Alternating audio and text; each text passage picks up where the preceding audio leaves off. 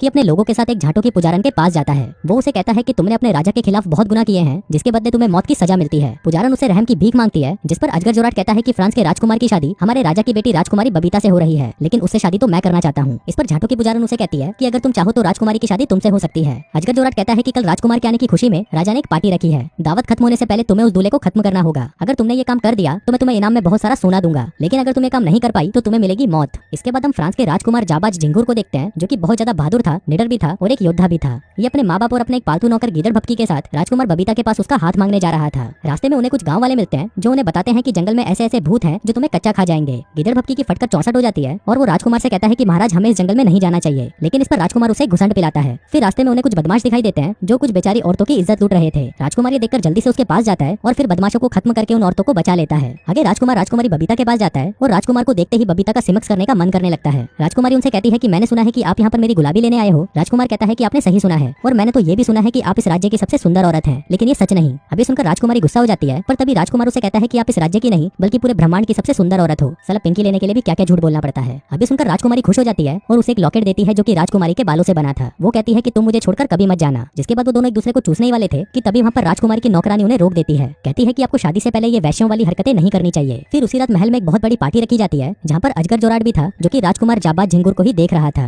वहीं पर हम राजकुमार के पालतू नौकर गिदड़ भपकी को भी देखते हैं, जो कि राजकुमार के जूठन को बड़े मजे से खा रहा था। थोड़ी देर बाद वहाँ पर वो झाटू की पुजारन भी आ जाती है, जो कि चुपके से राजकुमारी के गिलास में कुछ मिला देती है। इसके बाद वो अजगर जोराट के पास आती है और उसे बताती है कि जब राजकुमारी अपना जाम पिएगी तो उसे अजीब अजीब सी शक्लें नजर आने लगेंगी। उसे राजकुमार एक राक्षस दिखने लगेगा, जिसके बाद राजकुमारी राजकुमार को मार डालेगी। आगे सल्तनत का राजा राजकुमारी बबीता और राजकुमार की शादी का ऐलान कर देता है और उसे दहेज में अपना राज्य देने का वादा भी करता है। लेकिन फिर जब वो दोनों अपना जाम उठाते हैं तो राजकुमार राजकुमारी से कहता है कि तुम मेरे गिलास से पियो और मैं तुम्हारे गिलास से पीता हूँ। जिसके बाद वो उस जादुई जाम को पी लेता है, लेकिन उस जाम को पीते ही राजकुमार को हर जगह अजीब सी चीजें दिखाई देने लगती हैं। वो देखता है कि सभी इंसान राक्षसों में बदल गए हैं। तभी उसकी नजर राजकुमारी पर पड़ती है और वो भी एक राक्षस बन चुकी थी। अब राजकुमार को लगता है कि शायद वो उसे मार डालेगी, इसलिए इससे पहले कि वो उसे मारे राजकुमार अपनी तलवार निकालता है और राजकुमारी के पेट में घुसा देता है। अब ये देखकर सभी हैरान थे कि इस चुम्पिये को आखिर हो क्या गया है। जिसके बाद राजकुमार को पकड़कर जेल में बंद कर दिया जाता है, जब तक कि उसकी सजा का फैसला न किया जाए। फिर कुछ घंटों बाद हम गिदड़ भपकी को देखते हैं, जो कि एक जादूगर अंडमंड को लेकर चुपके से राजकुमार के पास आता है। राजकुमार उसे बताता है कि उसके जाम में किसी ने कुछ मिला दिया था और इसी वजह से उसने अनजाने में राजकुमारी को मार दिया। जादूगर कहता है कि ये जादू तो उसी झाटू की पुजारन का है और उसी के वश में आकर ही तुमने राजकुमारी को मार दिया। वो बताता है कि मैं राजकुमारी को वापस जिंदा तो नहीं कर सकता, लेकिन मैं तुमको वक्त में पीछे भेज सकता हूँ ताकि तुम उस जाम को पीने से बच सको। जिसके बाद जादूगर एक जादुई काढ़ा तैयार करता है, जिसको पीकर राजकुमार वक्त में पीछे जा सकता था। फिर वो राजकुमार को उसे पीने को देता है, पर राजकुमार को उस जादूगर पर बिल्कुल भी भरोसा नहीं था, इसलिए वो पहले उस काढ़े को अपने नौकर को पीने को कहता है। अब नौकर उसकी बात मानकर उस काढ़े को पी लेता है, जिसके बाद राजकुमार भी उस बचे हुए काढ़े को पी जाता है। लेकिन उस काढ़े को पीते ही उन दोनों के शरीर के अंदर कुछ गड़बड़ होने लगती है और वो दोनों वहाँ से गायब हो जाते हैं। पर तभी उनके गायब होने के बाद जादूगर को याद आता है कि वो उस काढ़े के अंदर सबसे जरूरी चीज मिलाना तो भूल ही गया।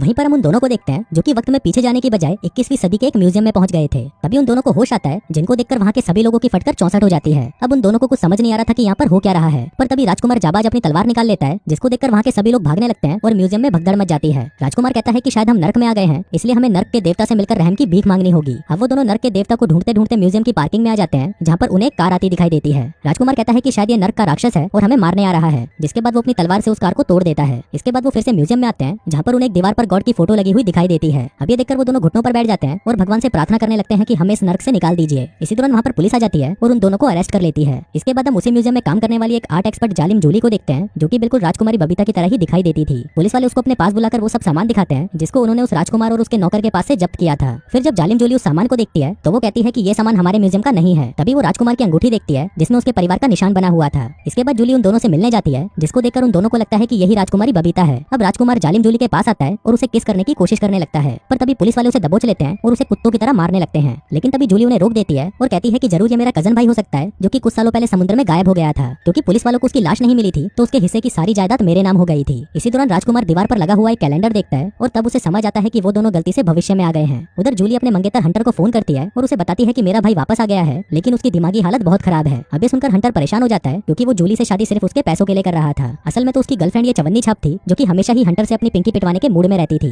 अब जूली और हंटर मिलकर ये डिसाइड करते हैं कि जब तक जाबा झिंगुर की दिमागी हालत ठीक नहीं हो जाती, तब तक वो उनके साथ ही रहेंगे। आगे जब वो म्यूजियम से बाहर आते हैं तो बाहर की दुनिया को देखकर उन दोनों की फट जाती है, लेकिन जूली जैसे तैसे करके उनको संभालती है और उनको वापस बाहर लेकर आती है। वहीं 13वीं सदी में हम कुछ सिपाहियों को देखते हैं, जो कि मिलकर जाबाज झिंगुर के कैद खाने का दरवाजा तोड़ रहे थे, लेकिन उनके अंदर आने से पहले ही जादूगर भी उस काढ़े को पी लेता है और गायब हो जाता है। इसके बाद हम हंटर को देखते हैं, जो कि उन लोगों को लेने के लिए अपनी कार लेकर आता है। तभी राजकुमार अपने नौकर से कहता है कि तुम इस रथ के पीछे भागो, लेकिन जूली उसे ऐसा करने से मना करती है और उसे भी कार के अंदर बैठने को कहती है। गिदड़ भपकी कहता है कि एक नौकर कभी भी अपने मालिक की बराबरी नहीं कर सकता, लेकिन जूली बहुत ही मुश्किल से उसे मनाती आती है और उसे कार के अंदर बिठाती है। लेकिन फिर थोड़ा ही आगे जाने पर हम देखते हैं कि उन दोनों की कार के अंदर हालत खराब होने लगती है, क्योंकि उन दोनों को ऐसे तेज चलने वाली किसी भी सवारी की आदत नहीं थी। उधर गिदड़ भक्की की हालत तो इतनी ज्यादा बुरी हो जाती है कि वो हंटर के सूटकेस में ही उल्टी कर देता है। फिर घर पहुंचने पर जब सभी घर के अंदर जा रहे थे तभी गिदड़ भक्की की नजर सेक्सी सविता पर पड़ती है, जो कि पड़ोस के घर में एक नौकरानी थी। अब उसे देखते ही गिदड़ भक्की उसके प्यार में पड़ जाता है, लेकिन वो उस वक्त उसे कुछ कह नहीं पाता। फिर घर के अंदर आते ही जब जालिम जोली घर की लाइट्स ऑन करती है तो ये देखकर वो दोनों चौंक जाते हैं और कहते हैं कि तुम्हारे पास तो सूरज की शक्ति है। जिसके बाद वो दोनों चूते बार बार लाइट को बंद चालू करके उसके साथ खेलने लगते हैं।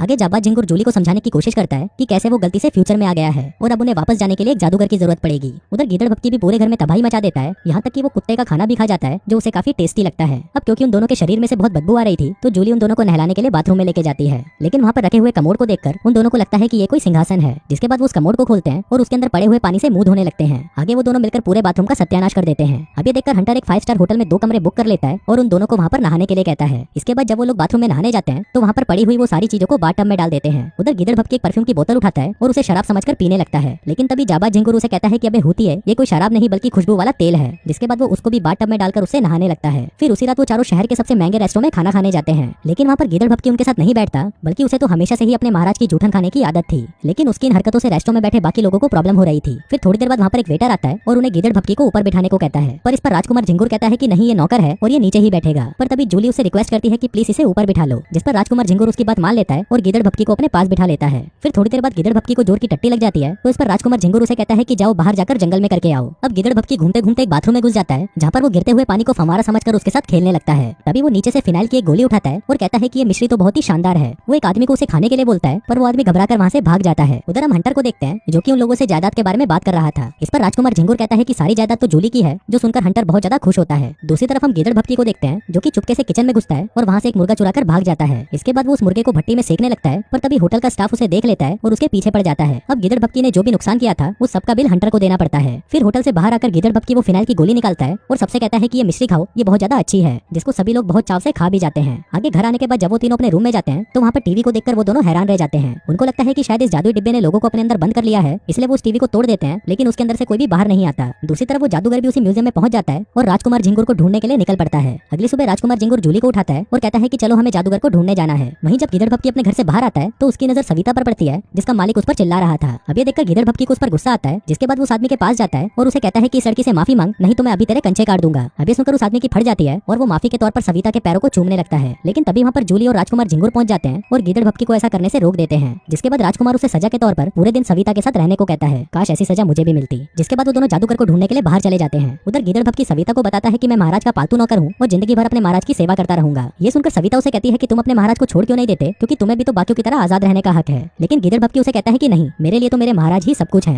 वहीं दूसरी तरफ हम राजकुमार झिंगुर को देखते हैं जो कि अकेले ही जादूगर को ढूंढने के लिए जा रहा था। तभी जाने से पहले जालिम जूली उसकी पोशाक पर एक पर्ची चिपका देती है, जिस पर उसने अपना नंबर लिखा हुआ था, ताकि अगर वो गुम भी जाए तो जूली को कोई फोन कर बुला ले। इसी दौरान एक चोर जूली का पर्स चुराकर भागने लगता है, पर तभी राजकुमार उसे दबोच लेता है और उसे कहता है कि इस गुनाह के लिए मुझे तुम्हारे हाथ काटने होंगे। पर तभी जूली उसे रोक देती है और उस चोर को वहाँ से जाने देती है। आगे जादूगर को ढूंढते ढूंढते राजकुमार झिंगुर एक पुरानी थीम वाले बार में पहुंच जाता है। वो बार के अंदर जाता है और सभी से कहता है कि मैं फ्रांस का राजकुमार हूँ। लेकिन उसकी ये बातें सुनकर सभी उस पर हंसने लगते हैं। इसी दौरान वहाँ पर एक आदमी आता है और वो उसे लड़ाई के लिए चैलेंज करता है। लेकिन फिर राजकुमार जैसे ही अपनी तलवार निकालता है तो उसको देखकर उस आदमी की फट जाती है। अब ये देखकर सभी उसे इंप्रेस हो जाते हैं और फिर राजकुमार झिंगुर कहता है कि सभी को मेरी तरफ से शराब पिलाई जाए। उधर दूसरी तरफ हम उस जादूगर को देखते हैं जो कि शहर से कुछ जादुई चीजें खरीदकर अपने होटल रूम में जाता है। वहीं म्यूजियम वाले जालिम जूली को म्यूजियम में बुलाते हैं और उसे बताते हैं कि कल रात को यहाँ पर कोई और भी आया था और उसके आने से ये बिस्तर जल गया था। वहीं जालिम जूली की नजर एक लॉकेट पर पड़ती है जिसके अंदर उस जादूगर ने अपने होटल का पता लिखा हुआ था। तभी जालिम जूली को उसी बार से फोन आता है जहाँ पर राजकुमार झिंगुर था। वो उसे कहते हैं कि यहाँ पर कोई फ्रांस का राजा है जो कि पूरी तरह से भंड होकर बकचोदियां कर रहा है। अब जूली जल्दी से उस बार में जाती है और राजकुमार को लेकर उसी होटल में पहुंच जाती है जिसका पता उस लॉकेट में लिखा था।